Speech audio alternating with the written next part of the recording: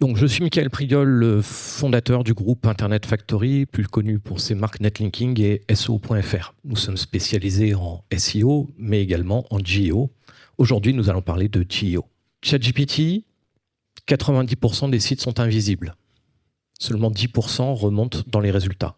Aujourd'hui, vous allez apprendre quel est votre niveau de visibilité, mais je vais aussi vous montrer qui gagne, qui disparaît, et surtout, comment maîtriser le système. Pour ça, nous avons développé la plus grande enquête, l'étude la plus large qui a été faite sur ChatGPT en France. Nous lui avons posé plus de 300 000 questions. Il nous a répondu en citant 3,5 millions de pages qui proviennent de plus de 500 000 sites différents. Et dans ses réponses, il mentionnait plus de 600 000 marques. Cette étude nous a permis de cartographier comment ChatGPT construit sa réponse lorsqu'il répond à vos clients. La question, en fait, c'est comment faire pour être visible auprès de ces personnes. Regardons dans un premier temps les premiers résultats. Voici la liste des 20 marques, enseignes, sites les plus présents sur ChatGPT en France.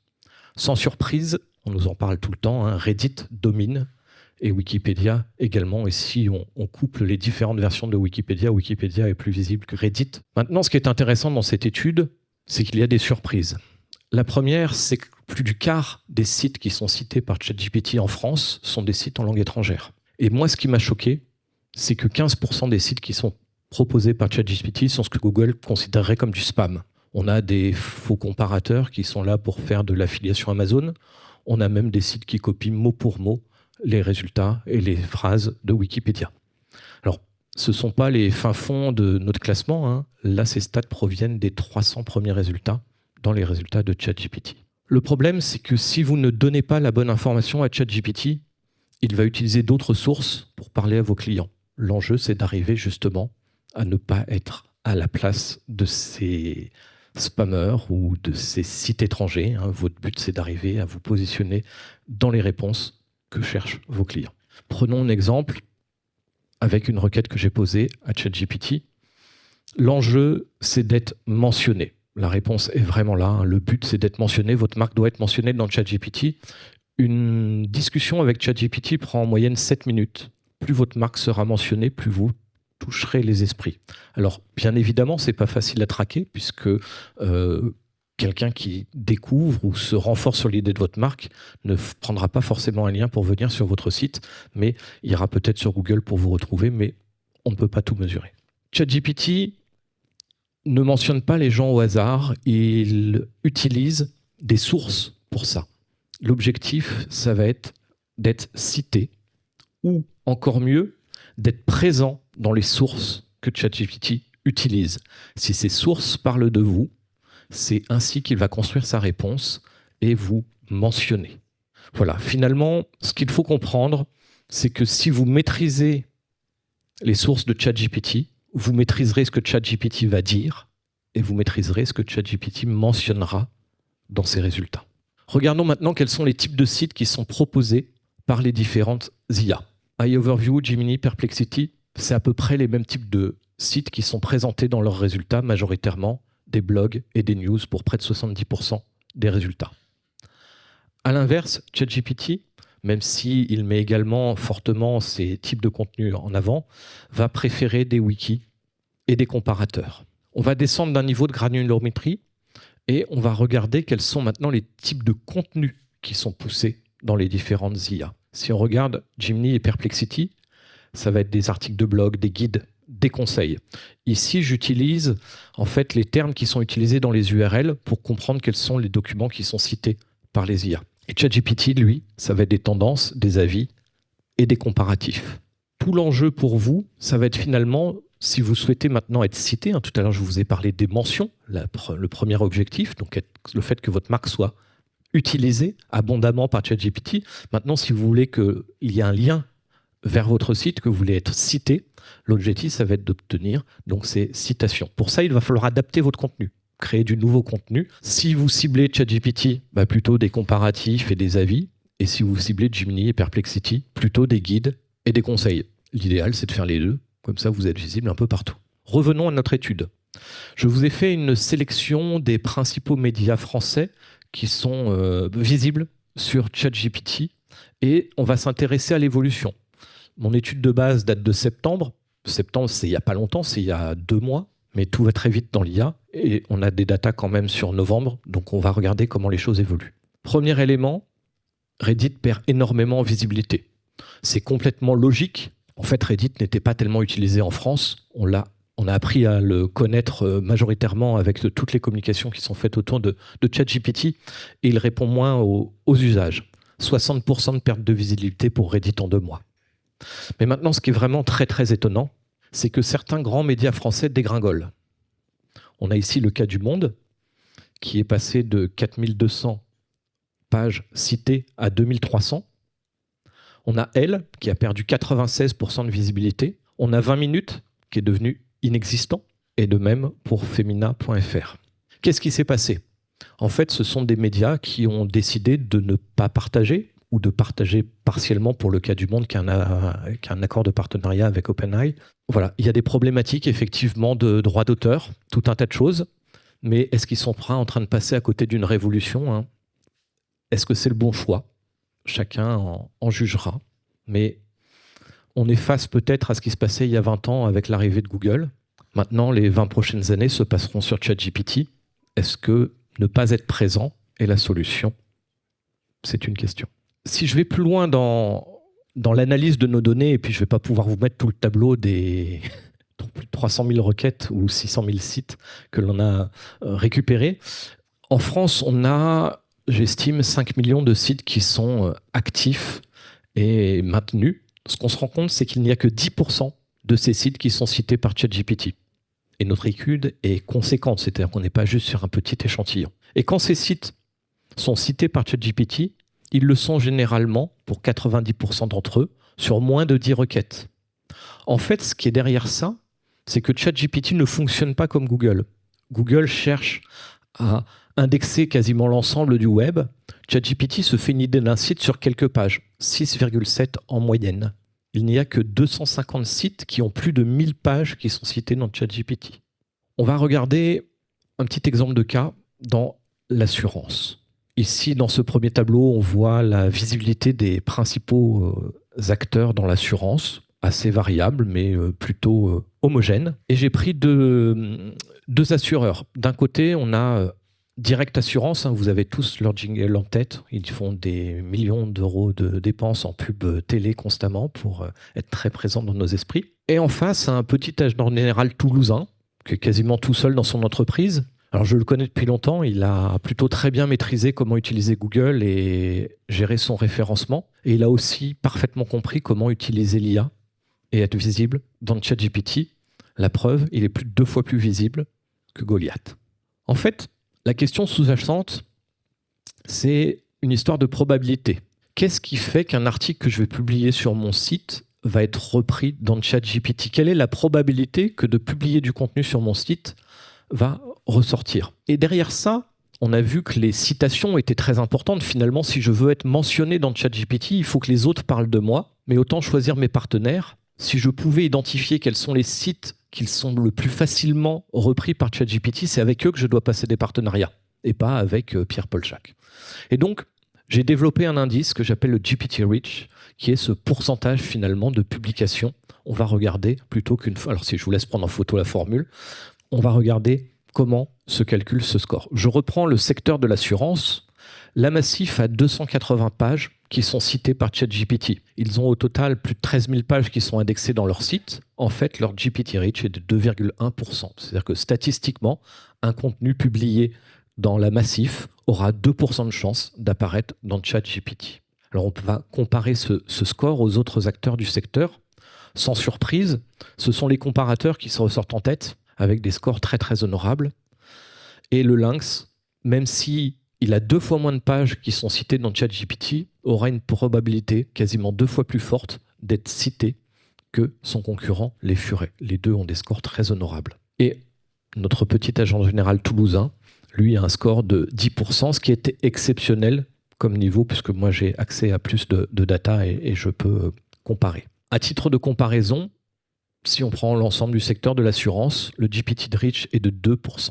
Voilà. Maintenant qu'on a cet indice, on va reprendre notre liste des principaux médias qui sont visibles dans ChatGPT en France, Reddit, même si effectivement il a plus de 80 000 pages qui sont citées dans ChatGPT, c'est une poussière parmi ces 461 millions de pages qui sont indexées dans Google. Son GPT-Rich n'est que de 0,02%. Qu'est-ce que ça veut dire? Ça veut dire que si vous publiez sur Reddit, il faut 50 contenus pour avoir 1% de chance que cette information soit reprise par ChatGPT.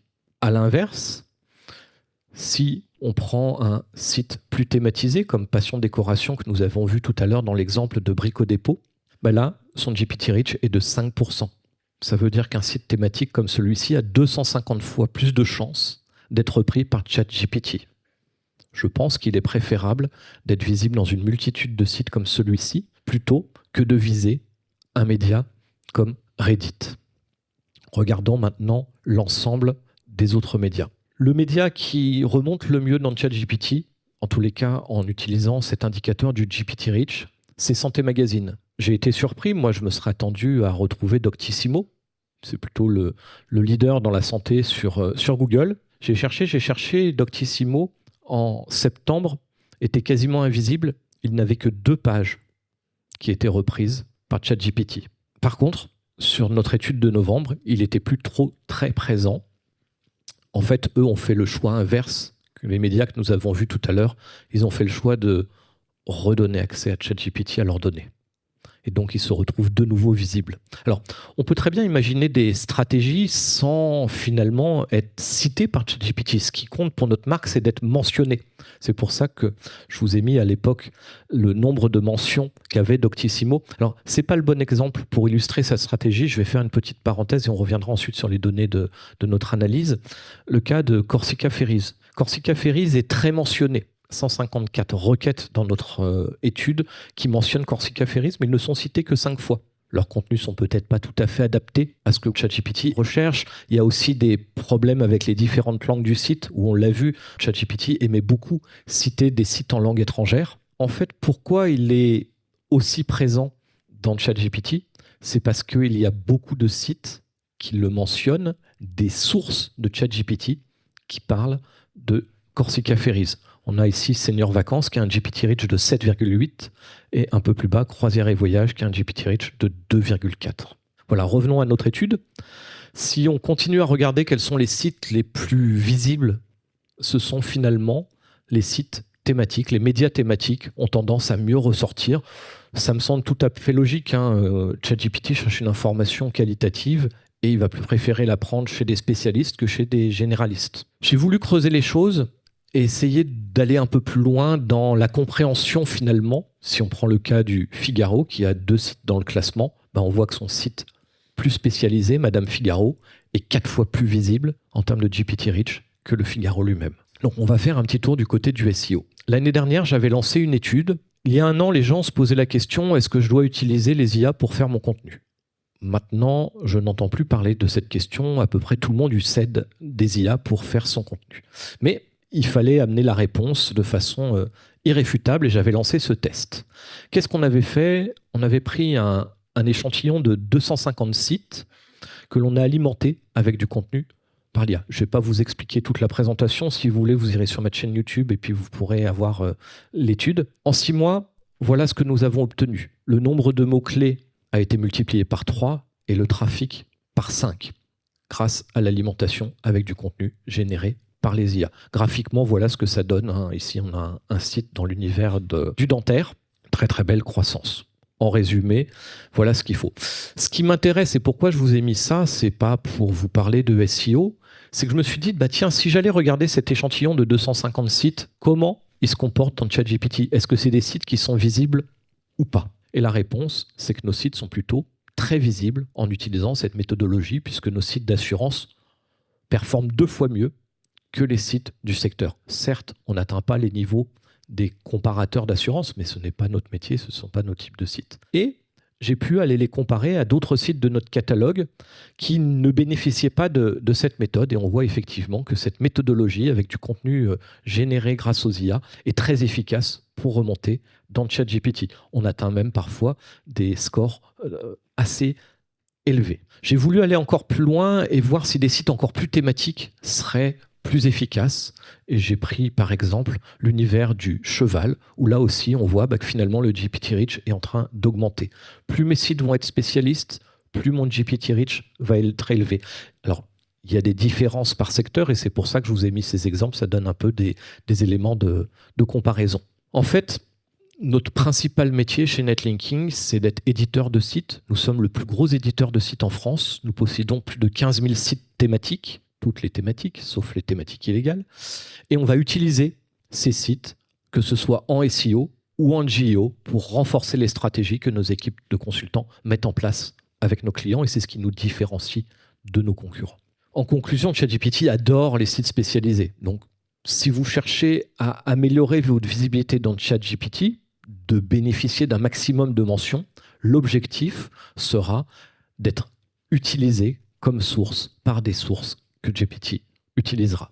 Les points clés à retenir, 10% des sites sont dans ChatGPT. Si vous cherchez des citations, du contenu adapté, plus des liens, idéalement des liens dans des articles qui se positionnent eux-mêmes dans ChatGPT, on sait faire. Pour augmenter vos mentions, une stratégie d'ensemencement, c'est-à-dire justement aller disséminer du contenu un peu partout sur le web qui sera potentiellement repris par ChatGPT. Le GPT-Rich, ça me semble un indicateur intéressant pour pouvoir justement mesurer la compétition entre les différents sites et bien évidemment privilégier les sites spécialistes. J'ai un cadeau pour vous.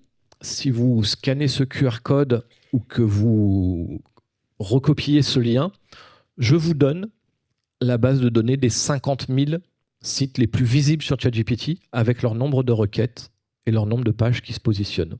Et en bonus, puisque vous inscriverez sur netlinking.com, vous aurez accès à notre outil Live Visibility Checker que je vais rapidement vous montrer. C'est gratuit, sans engagement et pas de carte bleue à mettre. Donc vous retrouvez une fois inscrit Live Visibility Checker ici. Vous pouvez mettre votre site ou votre marque. Vous aurez la liste des résultats qui sont proposés. Si vous avez mis une marque, vous aurez le nombre de mentions et le nombre de citations si vous avez mis un site. Et ici, vous pouvez voir les résultats qui sont proposés avec les mentions et les citations. Et pour finir, si vous ne voulez pas faire le travail vous-même et que vous voulez être accompagné par des spécialistes, vous pouvez prendre rendez-vous avec mes équipes de consultants qui vous offriront un audit entièrement gratuit pour voir comment vous êtes justement visible dans ChatGPT. Merci beaucoup.